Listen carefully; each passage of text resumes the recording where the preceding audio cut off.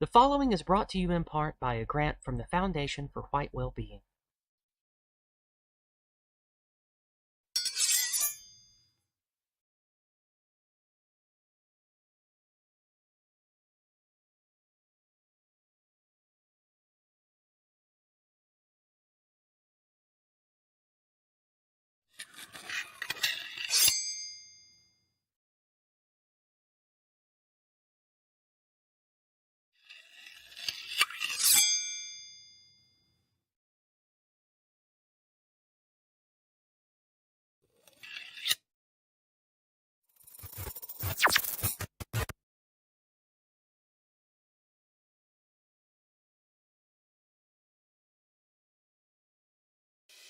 In Springfield, they're eating the dogs, the people that came in. They're eating the cats.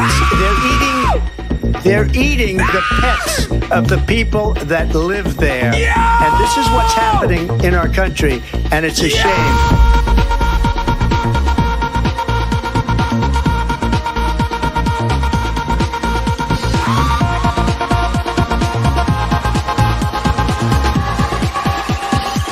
They're eating the dogs.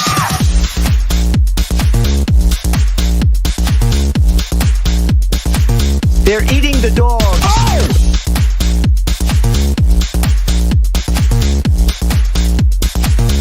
Yeah! And this is what's happening. Dogs.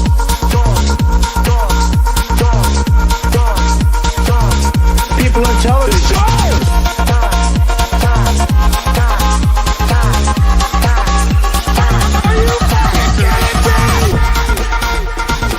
There have been no credible reports of specific claims of pets being harmed, injured, or abused by individuals within the immigrant community. Well, I've seen people on television. Let me just say here, this is the people on television say my dog was taken and used for food. So maybe he said that, and maybe that's a good thing to say for a city manager. I'm not taking this from television. But the people on television saying their dog was eaten by the people that went there.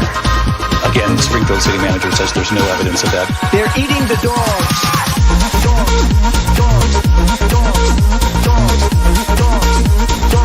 They're eating the dogs.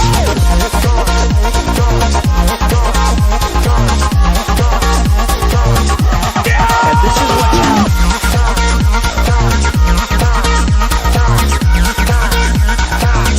People on television.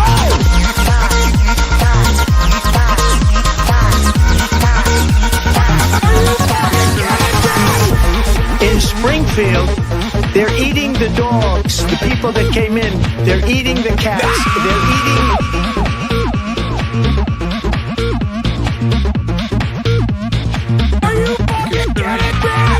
People on television say my dog... Trump won! Oh, yeah. Oh, yeah, he certainly did. He won bigly. Bigly. Welcome to Gulag Café, everybody. We're having a great time. I wanted to open up the show with a kick. I'm worn out. I did not sleep at all Tuesday night. I stayed up. We didn't stop streaming until like 4:30 a.m. And so I just stayed up and had my day start early. I tried to get a little sleep last night. Didn't work. I only slept like 4 hours. So I've been riding high all week, talking to OGC gang, talking to friends across the country. It's looking pretty good. It's looking pretty good. So now the good news is Chris and I are very high IQ individuals, and we are going to be talking about why you shouldn't just go back to sleep and just be full party all the time. But a celebration is in order. It is good to celebrate small victories that you have. And in a way, this was a tremendous victory, but there's also some shady stuff that comes along with it, but we're going to get into that. So during the course of this stream, this is just a fun conversation stream. So you don't have to wait till the end of the stream to have your paid chats read. Like you saw at the beginning of the stream, you can contribute over on Entropy is what we prefer. You can send in short messages on PayPal and Cash App. You can send rants on Rumble, hyper chats on Odyssey, etc., etc. And all the proceeds of this stream series, I split 50-50 with my friend Chris here. So go ahead and be getting those in, and we will respond to them as they come in, as I notice them. And every few minutes, I'll refresh and check. But Chris, anything in particular on your mind? Anything you want to say to open up the stream? Welcome, товарищи, to another excellent Gulag Cafe. Today, of course, we are in mourning at rise of American fascism that threatens the peaceful communist country of the UK Socialist Republic. We are very concerned by rise of Orange Hitler Cheeto Man, who may stride across Atlantic Ocean on legs of Hitler fascism and spread so-called freedom across the world. Government of UKSR, of course, is very, very concerned that they may improve living standards and, more importantly, give hope to revolutionary elements inside society who are not sufficiently under the boot. The peaceful boot, not boot, the peaceful hand, benevolent hand of communist dictatorship in UK Socialist Republic. So, as a result, all chocolate rations which are non-existent will now be reduced to minus 5 grams. Anyone caught hoarding chocolate will have body parts removed to weight of 5 grams. We get to pick which body part. Do not hoard any chocolate. There will be no rat tonight. We are all in mourning. However, there will be free coffee made from ashes and tears at your convenience. Please pull up brick next to garbage fire. Make sure you do not cross Mohammed, who is at the door. And please do make sure to pray unto Mecca before taking seat. Thank you very much. That was fun, Chris. Good job. Yeah, I'm fucking exhausted, man. Oh, yeah, I'm worn out, man. I have just been working my hiney off, mate. Yeah. I was streaming until, oh, God knows. I visited, Jason's in the chat, the No White Guilt guy. I was on his channel a little while. I went and visited the OGC gang for a long time on their big stream on Pony Express Radio. I went over to Uzulu's crew and hung out with the Cabal for hours. Then I started off the night actually with Jacob. That's the Politicrat. Another I OGC was friend. on that stream until like 6:30. He's part of the Virginia chapter up in Virginia, and I started off with his friend. He invited some communists on. And oh no, he always does that. He likes having a mixed bag of people to talk to. He's a dumb zoomer. He'll grow out of it. Don't worry about it. I do not interface with such people. I know. So, I've told him that I don't either. He knows not to have me on when those people are on. So Fed post was very strong. But generally, as if you're on a stream as a guest, try not to railroad. But eventually it got to me. He started talking about Ukraine, which is somewhat of a specialty field of mine, and I was just like, oh my God. But Politicrat, if you see that, actually I really should message him and thank him. Thank you so much for inviting me on the stream, because the stream I was supposed to be on collapsed at the last moment. Did another stream last night with Blake Speaks, Michael Delabrock. That was really, really good. We'll hopefully be doing more of those. I'm just tuck it out. My little cotton booties are all worn through, bros. So a celebration, like we said, is in order. Yep. Obviously, a lot of people worked really hard to make this happen. Campaigners, advocates, activists, people like me and you that have family, friends that we can influence and talk to. Millions of us worked really hard to make this happen. Now, again, I have some negative things to say about democracy and how this all works, and oligarchy and Capitol Hill, how the deep state functions, et cetera, et cetera. But before we get into some negative stuff, let's talk about the silver lining. The silver lining, before we get to what you have to say about the WEF in 2030, the silver lining on my side of things, it's very important to realize, even though Trump and Vance, they're not like explicitly pro-white or anything, they don't embrace the go free method, they don't regularly use terms like anti-white and anti-whiteism, they tacitly and carefully, they do speak to the white population. We all know this. Even though old Vance is married to a non-white foreigner, like I know all this, and I know Trump he loves Israel. Like we all know this.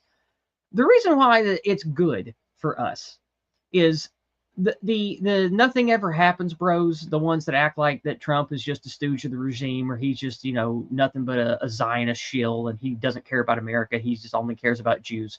Those people aren't correct about that. If you've been paying attention to the whole MAGA thing since like 2015, 2016, when it all kicked off, the people involved, a whole bunch of us are America first. A whole bunch of us are from the old guard, alt-right, white nationalist group people. A whole bunch of us are just based heritage Americans that, while we don't really care about the white identity stuff, a lot of us are just really into, we want to bring back the respect, the industry, the cohesion of an American identity. And more than any, and most importantly, pretty much everybody in MAGA wants to stop illegal immigration. And a bunch of people in MAGA want to stop immigration of all kinds or highly throttle it. Trump has, of course, been on record saying, we're going to increase immigration to record numbers and blah, blah, blah. Trump says a lot of stuff. Trump always bloviates and dials everything up to 11. I think the reason Trump was saying that was to please the old PayPal mafia and the sort of Mises libertarian gang that like infinite migration for low labor and that kind of shit. So yeah, I mean, well, this raises a very, very interesting point, sort of like about economics generally. Okay. Yeah. They wouldn't have to keep importing so many people if wages didn't keep going up, and wages wouldn't keep going up if they weren't printing an ungodly amount of money. I mean, this is the infinite war machine is the main reason why that happens. No, well, I mean, it's a bunch of infinite machines, really. Like and when I say that, I mean all of the things connected. Like that's what I call the war machine. The state, the infinite state, yeah, needs sort of more and more money, and since taxing people is it's tricky, people avoid it. It's just much easier to just print the money and just tax people at the source. So the entire apparatus of the American machine is the war machine, and it has been for 100 years. Like that's why we're in the pickle that we're in. It's the machine. Maybe not say war machine. It's just the machine. That's machine. What it does. No, exactly right. The expansive government machine, and of course the big question on the minds of a lot of people now that there has been suggestions that Ron Paul might be brought into the administration is, will Trump actually push back against the Fed? Right. I mean, Thomas Massey's had a bill circulating around for a while to try and abolish the Federal Reserve.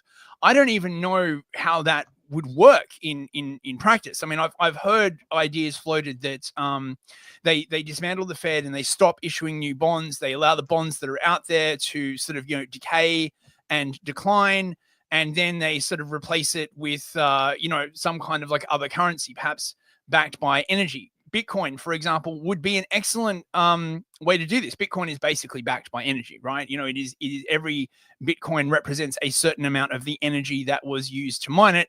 And obviously you can't run an economy on Bitcoin if you have really expensive energy. And if Trump starts doing the drill baby drill thing, 1 billion nuclear reactors, it's gonna be great.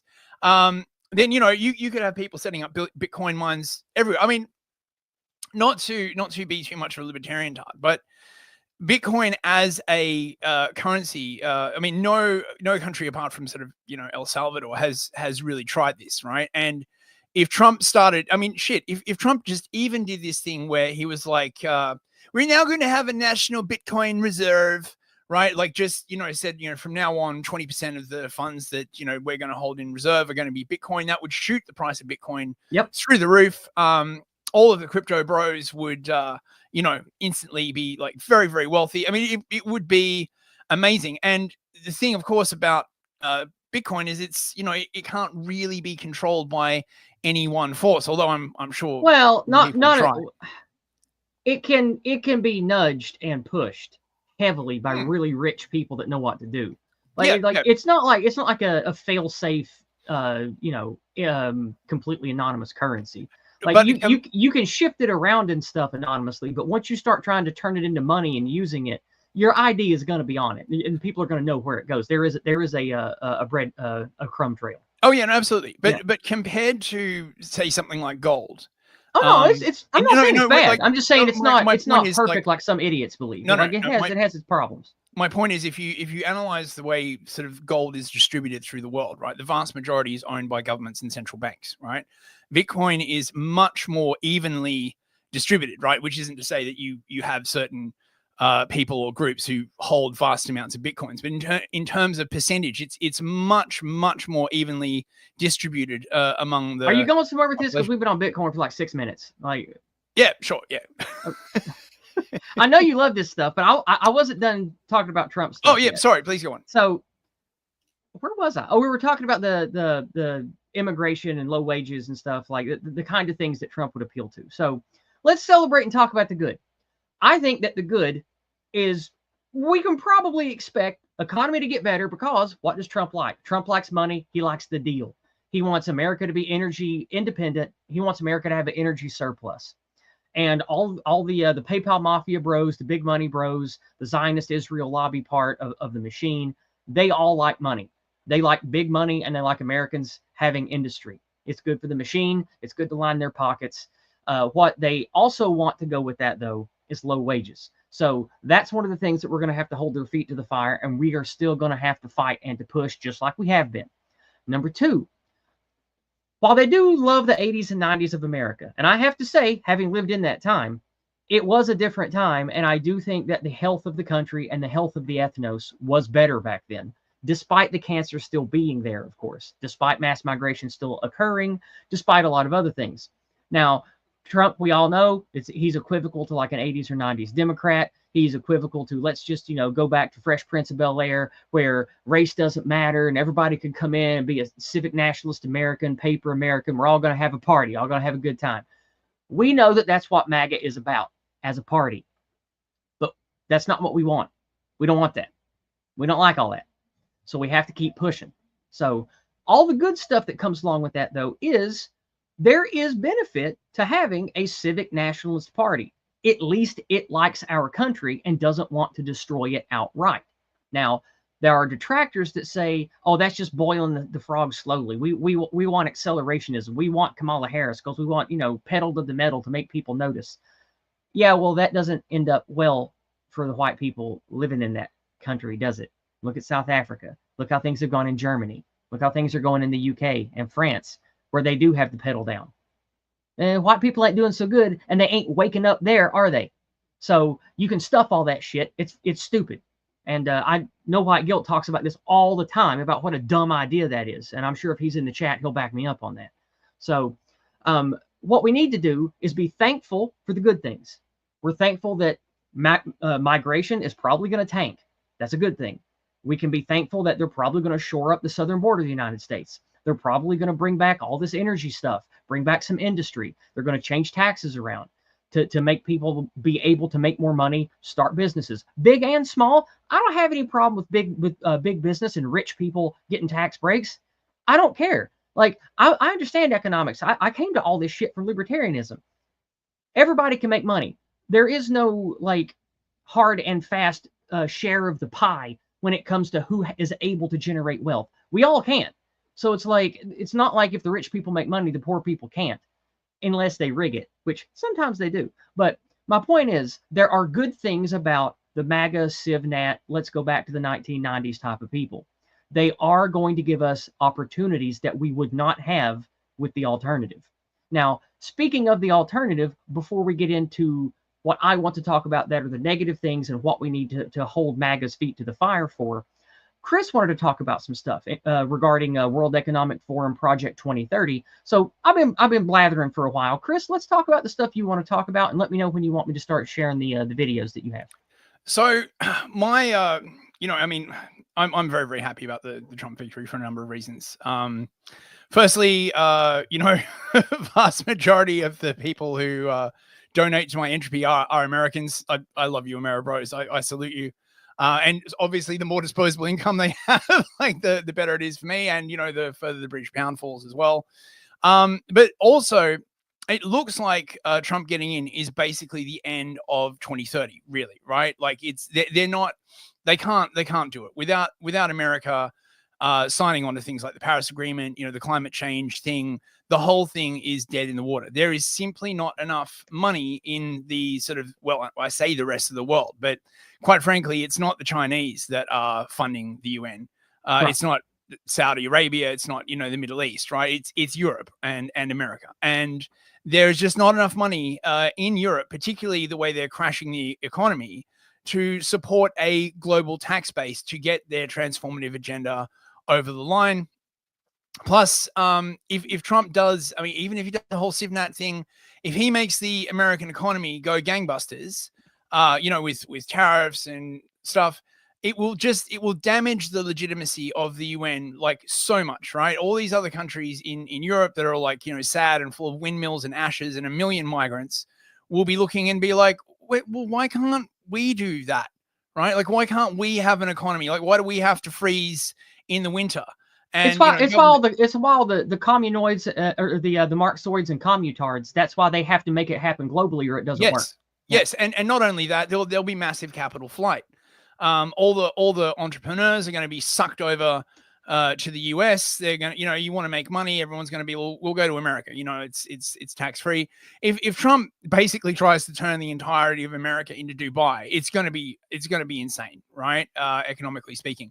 And indeed, my favorite weftard, Noah Yuval Harari, basically said as much a few years ago. If you could play that clip, I would appreciate it. We've already got some paid chats. Can we do those now? Let's do those now before we get into Yuval Harari, okay? Over on Cash App, we have a very generous donation from my my education friend, Shelly from up north. She sends us $40 US. Thank you very much, Shelly. She says, much love, White Heart. Very relieved that Trump won, and then she sends some American flags. And she says, I love the convo already. Thank American you very much, flags Shelly. to you as well. Thank you very, very much, Actually, Shelly. wait, I even have a little American flag here. And just to get into the spirit of the thing. Let me make sure that we're not missing anything else. Let me go refresh the subscribe star and all these other places here. Okay, doesn't look like we have anything else yet, so we can move on to Yuval Harari. And don't worry, guys. I'll check the paid site, the paid chats every few minutes just to make sure I don't leave anybody hanging. But for now, Chris wanted us to see this. Are you concerned that Trump might be elected again? Shortly? I think it's very likely.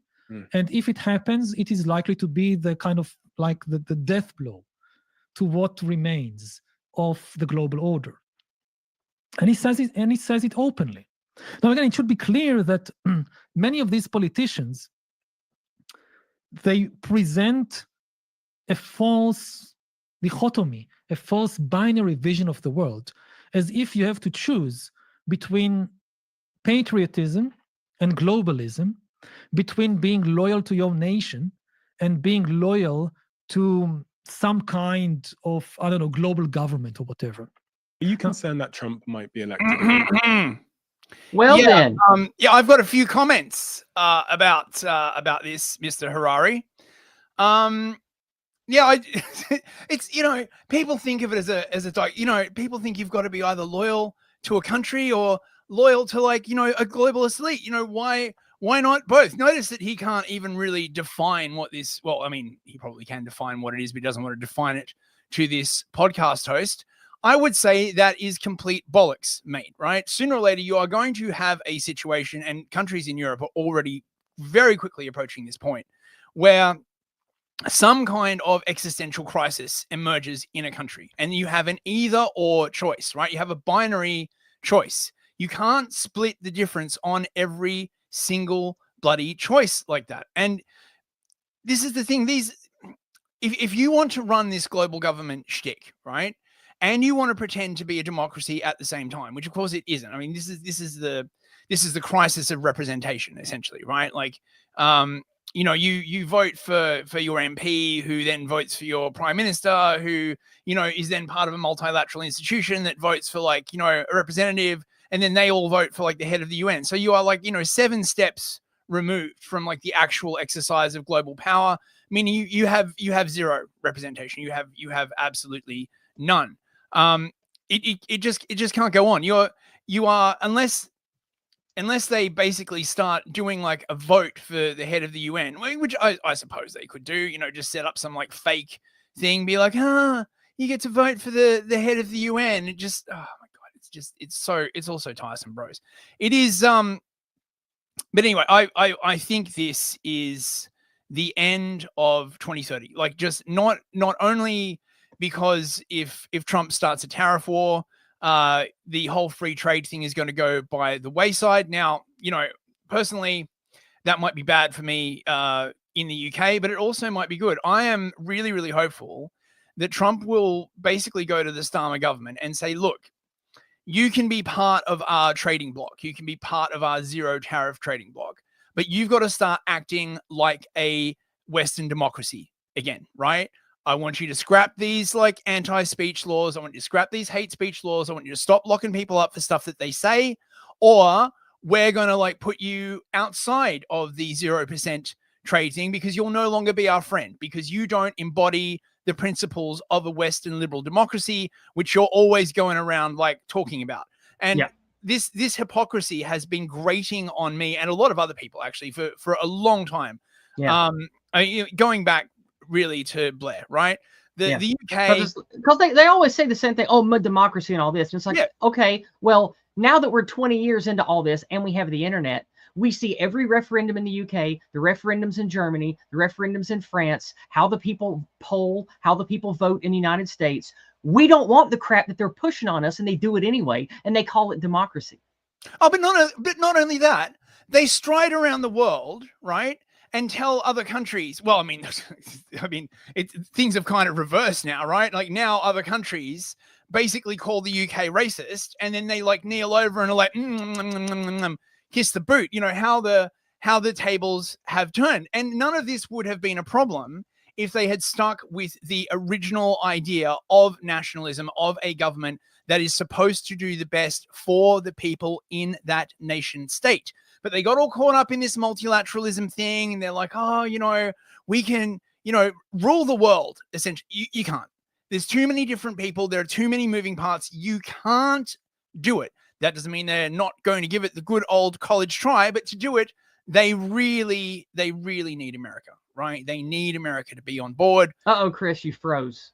Oh, Chris, you... Am I here? I mean, am I back? Hello?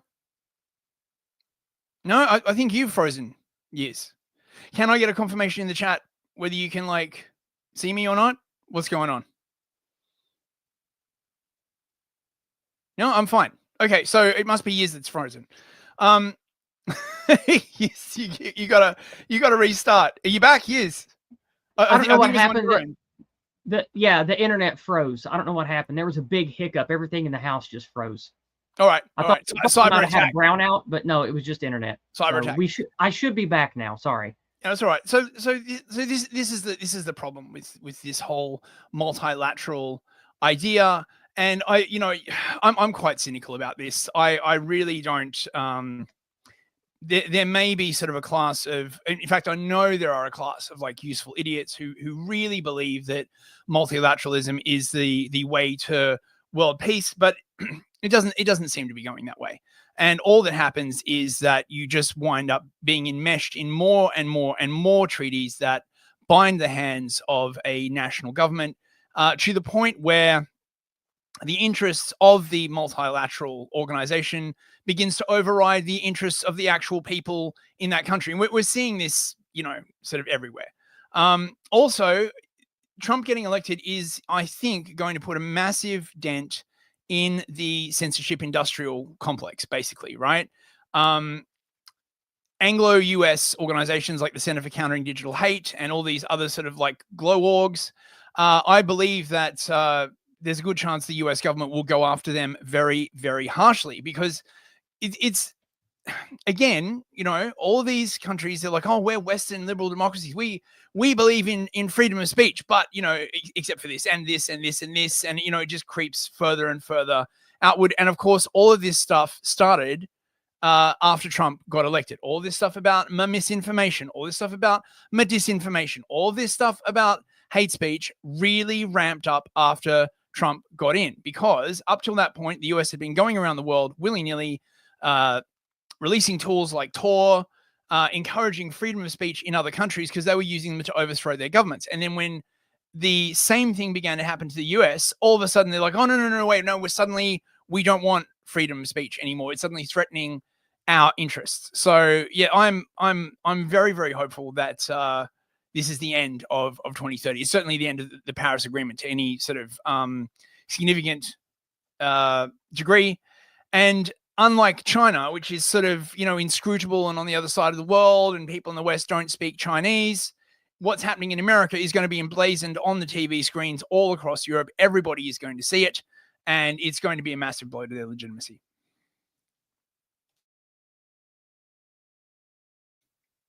You still there, Yiz? You look like you're frozen. Oh no, I think Yiz is frozen, bros. Well, I best carry on. Then. Yeah, I think she's frozen. So, what can we? Are you back?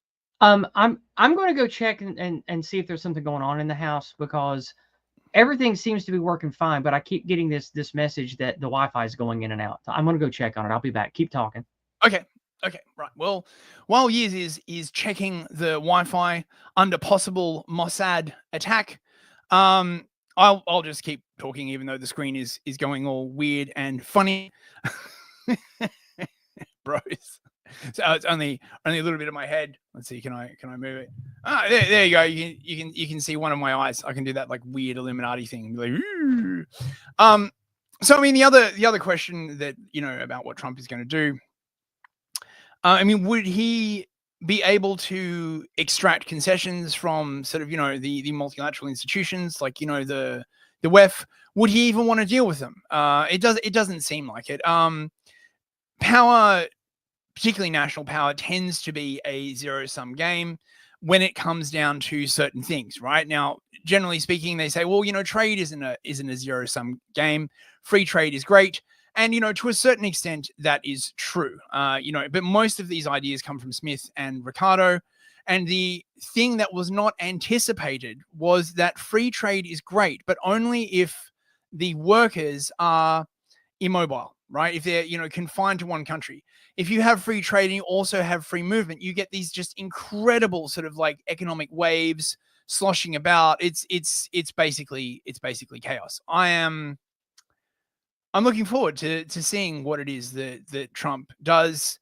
And also I am really I'm just really happy to see all of the leftists realize that it's not just a small group, like a small vocal minority, right? In the UK, we hear this all the time. Oh, the only people who are against mass immigration, a small vocal minority. They have no place in this society. When they're saying that, I imagine that they in their own minds, probably propped up by fake polling, they think that portion of the population is like maybe 5%, right? Maybe 10% at a stretch. Now, from a purely democratic view, obviously, saying that you're going to exclude 10% of your population from representation because, you don't like their opinions is, bloody terrible, right? How can you claim to have universal suffrage if you're just like, well, if you hold these opinions, we're not going to like take you into account? But I think it's much larger. And I think that this is going to put the fear of God into the lefties, possibly make them crack down harder. It's going to be interesting. I don't know. Perhaps we'll get a lot of people moving to the States. But I mean, like how are they going to do the immigration thing, right? I mean, is Trump going to say, if you speak English well, you're welcome in this country if you're a hard worker? Or is he just going to be like, I doubt he's going to be like the UK, where they're just like, if you've got no passport and you literally wash up on our shores, come on in, we'll give you a hotel room and, as much money as you can like eat, which is going to be interesting, because if they just cut off the pull factors. So in migration, there's sort of like push and pull factors, right? So a push factor would be there's war in your country, a bunch of people flee that country, right? A pull factor would be, well, once you get here, we'll give you a hotel room and give you tons of money and, give you a status above the people who are already there, all that kind of other stuff. If that just ends, that is going to have a significant effect. And although, perhaps Trump might not be as pro-white as Yiz might like, all he'd really have to do is just say to the left, well, you're always talking about equality, right? You're always talking about how everyone should be treated the same. You're always talking about how race is like a social construct. Well, we got to start treating everybody equally and actually mean it, because of course the left, they say that, but they don't really mean it. It's just this thing that they say while they push all their anti-white bullshit. So Trump could really turn around, steal their language, and just be like, well, it's not fair that we, treat the black different from the white different from the black, and actually sort of espouse actual American values. I mean, I'd be here for that, right? Like, I'd be here for that, honestly. He still isn't here. Do we have any Do we have any comments? Arnhem Party, the PPC is saying that moratorium and deportation in their platform. We really need to get their message out in Canada. Yeah, I mean, I would love to see these countries, Canada and the UK, Australia to a lesser extent, realize the horrors that mass migration has brought upon their people. But it seems like as long as there is not only the government but the managerial elite that they have, this is a forlorn hope. This is why they are so afraid of Trump, because if Trump gets in there and he actually replaces the managerial elite, then change could actually happen. This is the whole idea. You take over the managerial elite, then it doesn't matter if you replace the dude at the head of the government every 4 or 5 years. Nothing's going to change, because in order for them to get anything done, they have to rely upon the managerial elite. If the managerial elite get replaced, you might see actual change. But also, as I was saying before, the danger of a good example, right? If the US goes swimmingly, all the other Western countries are going to be looking at the US and saying to their governments, well, why can't we do that? Right? Like, why do we have to pay for infinity migrants, right? Why do we have to starve under the windmills, right? Why can't we do cool stuff? And and they'll be like, no, you can't, no, you have to stay stumbling. Newsfish will now be rationed to 1/4 camera for great benefit to Soviet economy. No White Gill. Hey Jason, how's it going? What do you think is one of the biggest concerns in the coming 4 years? I think the possibility of war, the Middle East thing is going to be a particularly thorny problem. I know it's popular for the edgy 4chan types to say, that Trump loves the nation of Israel and therefore he'll do anything that Netanyahu asks. But I'm not so sure about that. I came across a clip, I don't have it on me, of Trump when he was negotiating between Mahmoud Abbas, who is the head of the Palestinian Authority, and Benjamin Netanyahu. This must have been a while back, right? And he's talking about Mahmoud Abbas, and he's like, I really liked Mahmoud. He was a great guy. We talked about lots of things. It was really awesome. He's really eager to make a deal. You know how Trump's all about making a deal, right? And then he was talking about Netanyahu, and he's like, I talked to Netanyahu for a couple of minutes, and I realized he doesn't want to make a deal. And I said to him, you don't want to make a deal, do you? And Bibi went, So I think that Trump realizes that Netanyahu doesn't want peace with the Palestinians at all. It's been long observed by sort of Israel watchers that Netanyahu and his faction really just want to glass the entirety of Gaza and fill it with, vacation homes and settlements. They have no interest in a peace plan whatsoever. I think Trump probably really wants an actual 2-state solution. I mean, I don't know how much is there anything left of Gaza to have a state upon at this point? Hasn't literally the entirety of Gaza and the West Bank been glassed at this point? No White Guilt again. Newsfist, I expect that Trump will apply heavy sanctions on Iran rather than war. What do you I think you're right there, Jason. I think he is going to try and pressure Iran in any way he can to just probably get them to back off. That was his plan last time.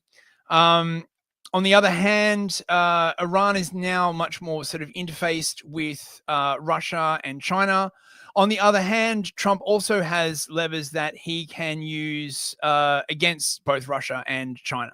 So he could crash the oil price if they start drilling again, and they really increase their oil and gas output. He could just start selling onto the market, just undercut the oil price, which would massively affect the Russians. And my suspicion actually is that this might be how he's going to get the Russians to end the Ukraine war in a way that is acceptable for both sides, right? He'll be like, Vlad, I know you want to keep all that territory you got, but you got to give some of it back.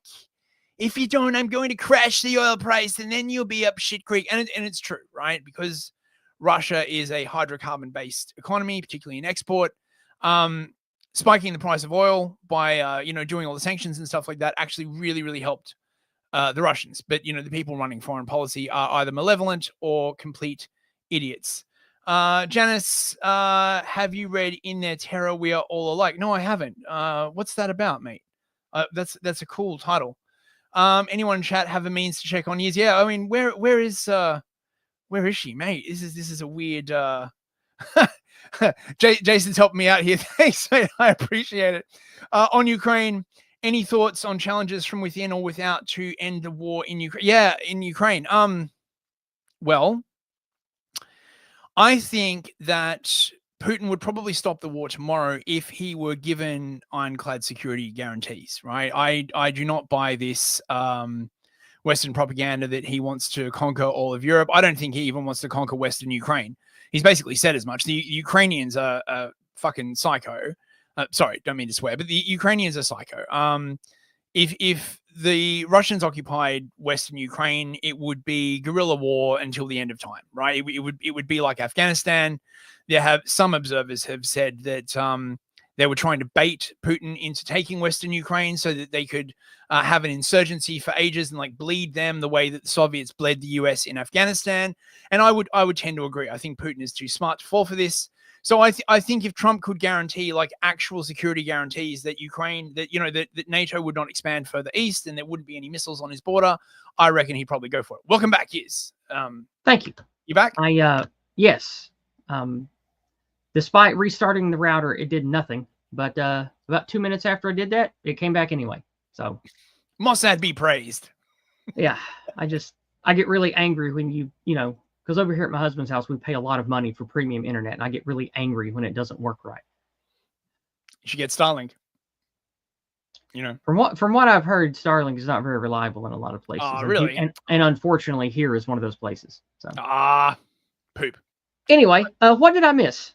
Actually, Jason was just feeding me questions so I could keep talking about the geopolitical situation. So if you have stuff you want to say, well, let me refresh everything. Had no problems all day. Halfway into my stream, internet takes a crap. So just the last thing from Jason, do you think they'll divide the country along the Dnieper?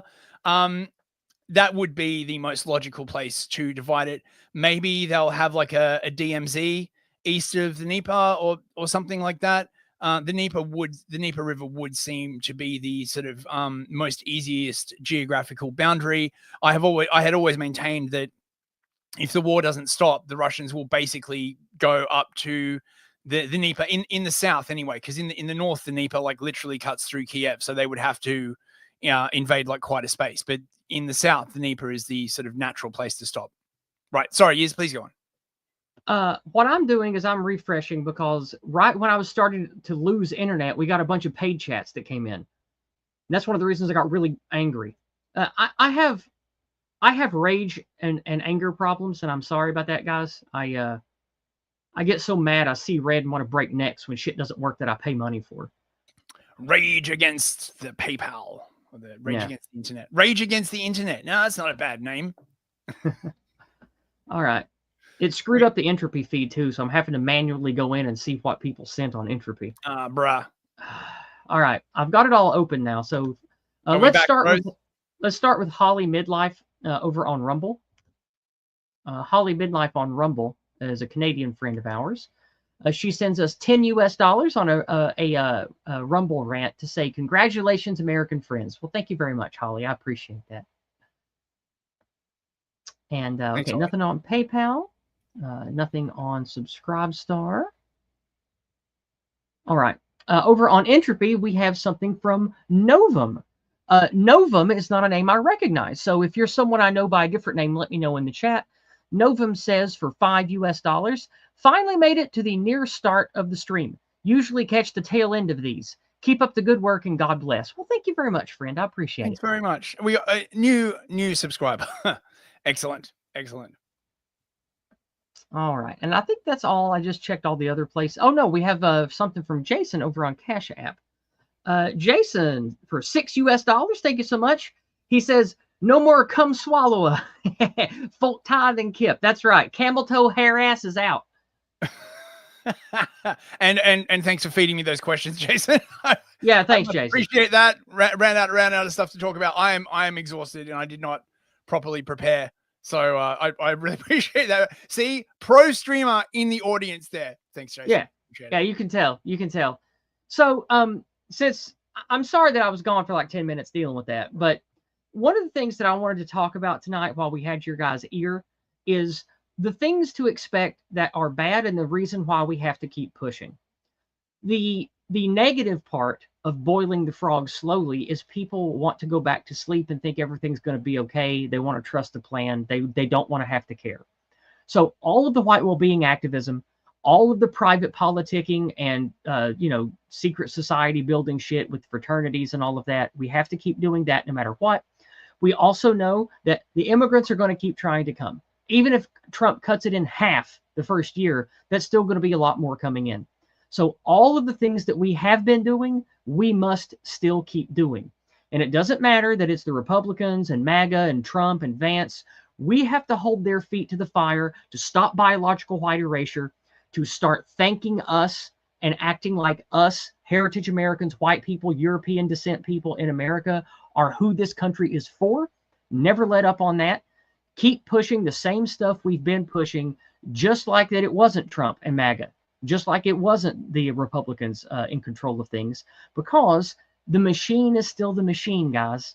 The machine still wants to be the world's police force. You still have all the crony internationalists and Zionists and all these other people all in the system. Now, if Trump and Vance follow through and start cleaning house, which they might, they're talking a big game. We'll see what they do. But even if they do start cleaning house and get rid of people and putting people on trial like Podesta and them evil people, we still have a problem of endemic white erasure and anti-whiteism. The ruling religion of the West, especially America, is hedonism. It's basically anti-whiteism because it's hedonism, liberalism, don't see race, everybody bleeds red, all this other bullshit. And that ain't good for us. It's never been good for us. And that is the ruling mythos since like 1925, 1930 in America, especially post 1945. And it is our job to slay that beast. And doesn't matter if MAGA is in power or not. They only got 4 years and then they're going to be gone.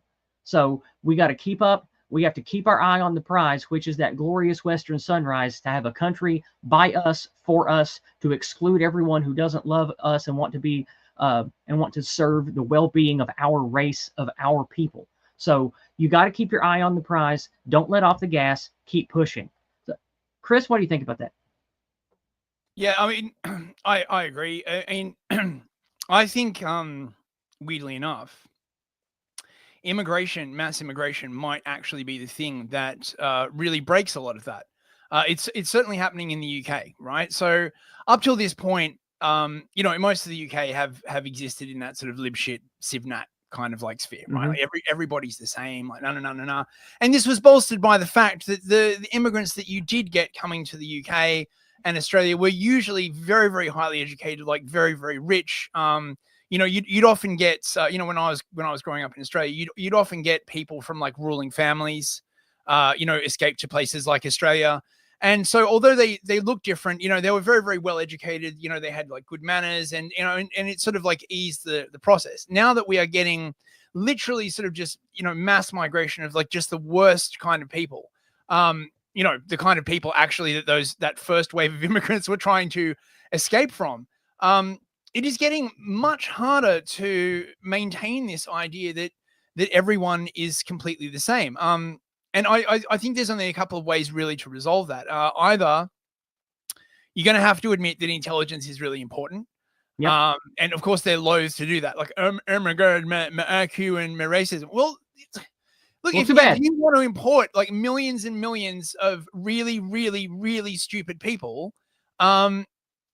please give an argument for that. You're not even supposed to point out that people are stupid.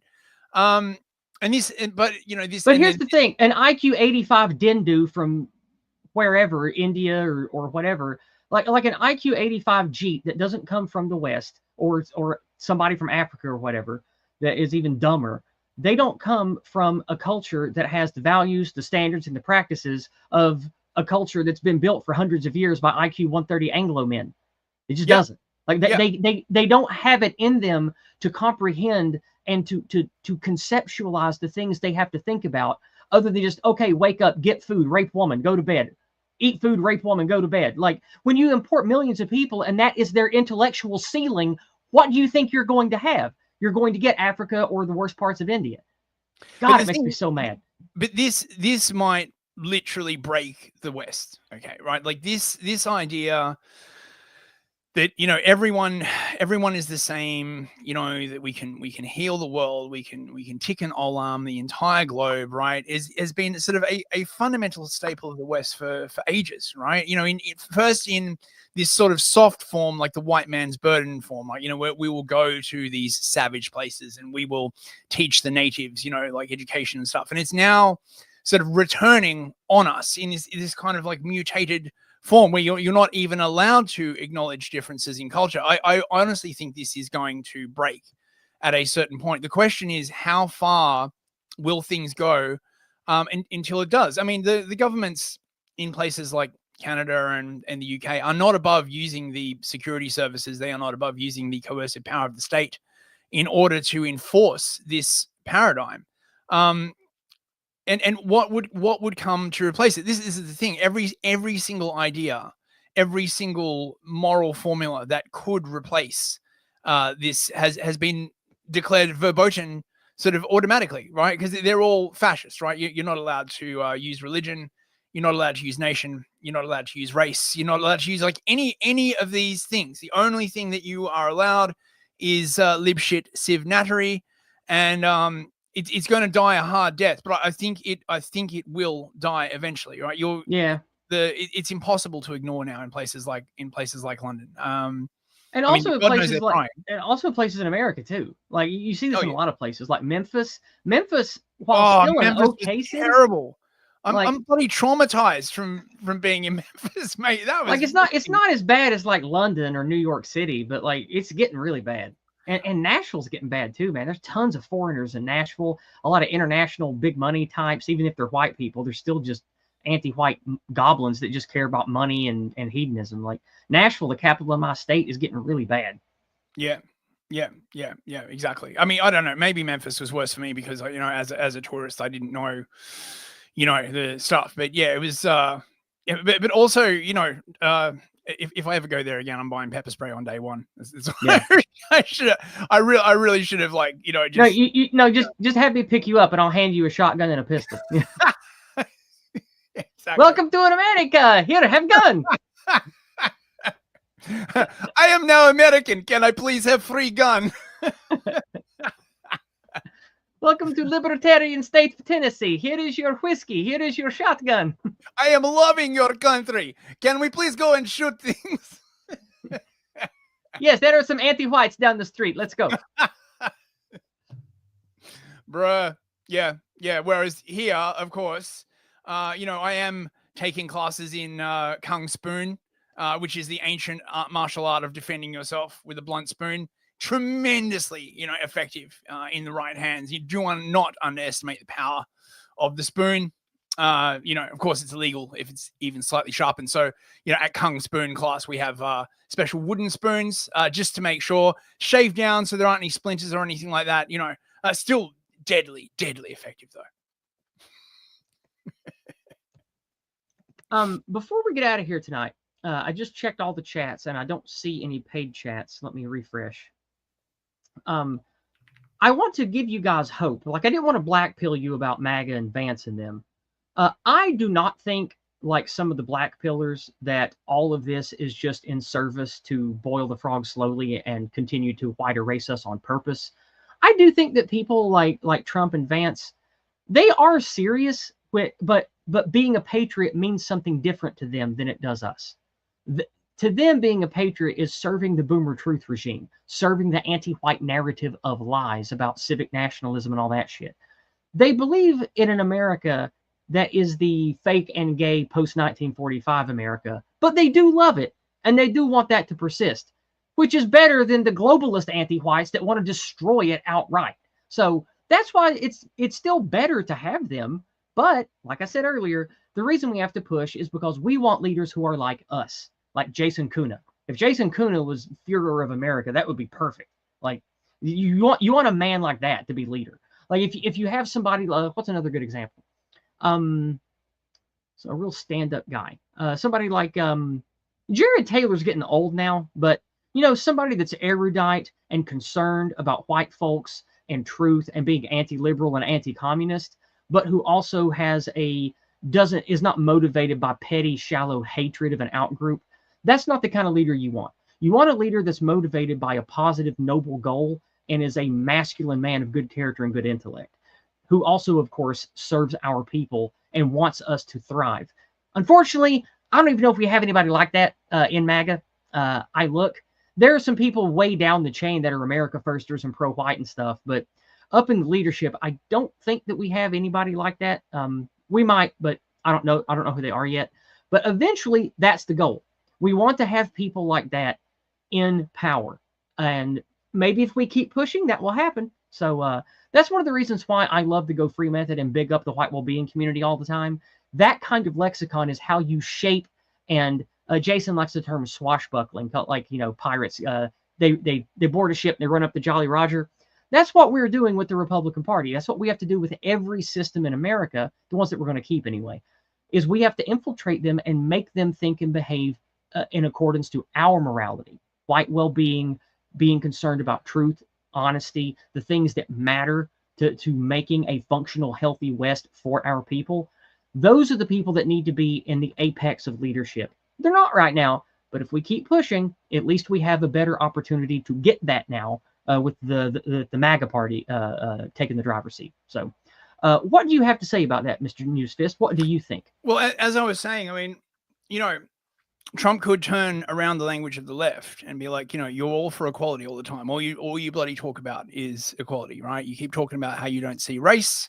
Therefore, we're getting rid of, is it Title IX or, like all the weird race laws you have in the US, the weird sort of anti-white sort of quasi-apartheid crap that you have over there. And just say, well, we're gonna make things actually equal. Now, you might say that would be Civ Nattery and want it to go further in the other direction, but even that would just be a massive improvement. Even if even just acknowledging that, bad has been done. And I was talking to somebody just yesterday about that. Like one of the OGC guys was really black-pilled. I'm not going to name who he was, but he talks to me sometimes and I counsel him about how he didn't used to be this way, but because of noticing anti-whiteism and white erasure everywhere, he gets so angry now when he sees throngs of non-white people and foreigners. He gets angry, and he doesn't like that about himself. He doesn't want to be a hater. He doesn't want to just on the surface level see someone who's not white and just get angry and mad. But I told him, bro, I feel that too. We all do, from having it shoved in our faces for so many years. And what I counseled him, the way I counseled him was, remember, people are like sheep. They need a good shepherd. And if you're a good shepherd, they will follow you. So the goal shouldn't be ethnic cleansing and killing foreigners and stuff. That's a negative, ugly thing. Look how that went for the you-know-whos in the 30s and 40s. Didn't end up too good, did it? So I think that with love, positivity, pushing, utilizing this big CivNat tent that we have, if our guys start getting in power, we can start getting these non-white and mixed race people on our side of things. And if we can manipulate them positively and healthily instead of negatively to supporting the things we want, well, then it's not like we can wave a magic wand and get rid of the 50, 60 million immigrants that we have that are here. Wouldn't it be better if they're on our side and serve us and work alongside with us instead of just being a nasty person and saying, well, I love Hitler and the swastika, so if you're not white, I have to hate you and treat you like shit. Like that's not gonna win in the situation that we're in. So after counseling him, he really did come around to like, yeah, you're right. I just got to be noble. I got to be pristine. And so I encourage you all to do the same thing. Like, I know that you get mad. I get mad too. Like, there's hardly any non-white people around here. But every time I see a non-white, I'm like, my immediate lizard brain is like, uh-oh, we got a problem. You would not like London. You would. Yeah, I know. I would hate London because I visit bigger cities here in America too, and it's just as bad. Like, but the point I'm making is, don't give up just because you see a lot of non-white people active and engaged in the MAGA tent. we can influence them.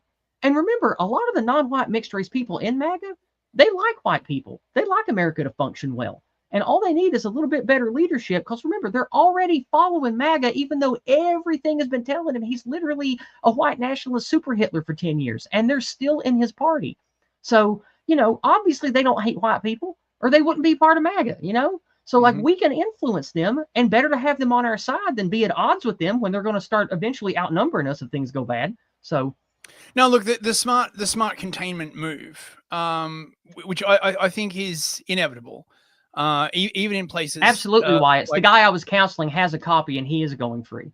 The smart containment move, even in places like the UK, is eventually, if sort of whites are going to be reduced to just another group of people, then they must also be able to organize in their own interest, really. Not ideal, but at least it's something. Now people like Lindsay would be like, oh, that's or Konstantin Kisin would be like, oh, well, that's perpetuating identity politics. Dude, identity politics is already here, right? It's been here for ages. It's not going away anytime soon. This idea that everybody else gets to play, identities and have an identity, essentially, right? An identity group, except for certain groups is just ridiculous, right? Something has to give eventually, in my opinion. Yeah, and I think that what's going to give are the anti-whites. I think we can break the anti-white regime. I think we can break the pick your pet word for whatever this system of oligarchy and central banking is. I think we can defeat it because it's already starting to lose power. And as much as the internet is good for them, it's better for us because we can talk, we can organize, we can associate, we can trade services and goods and money and stuff. Like, I think that if we keep pushing and we keep doing what we're doing and we're very careful not to be infiltrated and subverted, I do think that we could have a much better future than the last 80 years. Yeah. So I'm going to leave it off with that. We're at the hour mark. I know I disappeared for 10 minutes because of internet shit, but I still had a really good conversation with you tonight, Chris. Thank you for being here again, like always, man. And thank you to all you guys who financially donate. I really do appreciate that because me and Chris don't make a lot of money doing what we're passionate about. So, man, if I was in it for the money, I'd be doing something else. This is I'd be making cat videos. It's what I do. It is my calling. Yeah, me too. Me too. Yeah.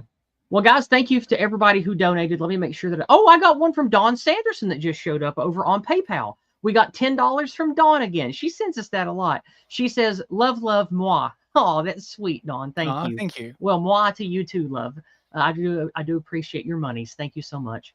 And let me refresh these last two sites one more time, and we'll see if we have any. Oh, we got things over on Entropy again.